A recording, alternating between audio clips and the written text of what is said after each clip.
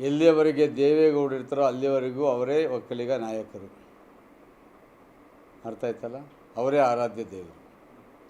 ಇವೆಲ್ಲ ಜುಜುಬಿಗಳು ಬಿಡಿ, ಬೇರೆ ವಿಷಯ ಹೇಳಿ.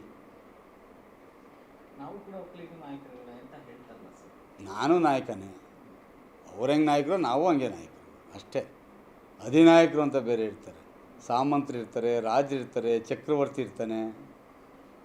ಅಂತಿಮವಾಗಿ ಚಕ್ರವರ್ತಿನೇ ಚಕ್ರವರ್ತಿ, ಸಾಮಂತರು ಸಾಮಂತರೇ.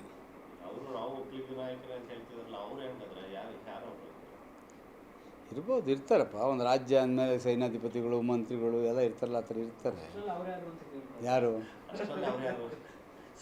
ಲೂಟಿಕೋರ ಅಂತ ಹೇಳ್ತೀನಿ, ಹೇಳಿದ್ದೀನಿ ಆಗಲೇ. ಲೂಟಿಕೋರರಿರಲ್ಲ.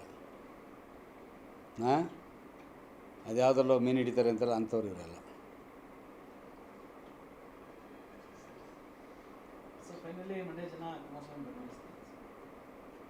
ನಮಗೆ ದೃಢವಾದ ವಿಶ್ವಾಸ ಇದೆ. ಕುಮಾರಸ್ವಾಮಿಯವರು 2 ಬಾರಿ ಮುಖ್ಯಮಂತ್ರಿ ಆದ ಸಂದರ್ಭದಲ್ಲಿ ಕೊಟ್ಟಿರ್ತಕ್ಕಂಥ ಕಾರ್ಯಕ್ರಮಗಳು, ಅವರ ಬಡವರ ಪರವಾಗಿ ನೀಡಿರ್ತಕ್ಕಂಥ ಕೊಡುಗೆಗಳು, ಅದು ಸಾರಾಯಿ ನಿಷೇಧ ಇರ್ಬೋದು, ಲಾಟ್ರಿ ನಿಷೇಧ ಇರ್ಬೋದು, ಸಾಲ ಮನ್ನಾ ಮಾಡಿರ್ತಕ್ಕಂಥದ್ದು ಇರ್ಬೋದು, ಹಲವಾರು ಅಭಿವೃದ್ಧಿ ಕಾರ್ಯಗಳು ಇವತ್ತು ನಮಗೆ ಶ್ರೀಶಿಕ್ಷೆಯಾಗಿ ನಿಲ್ತವೆ.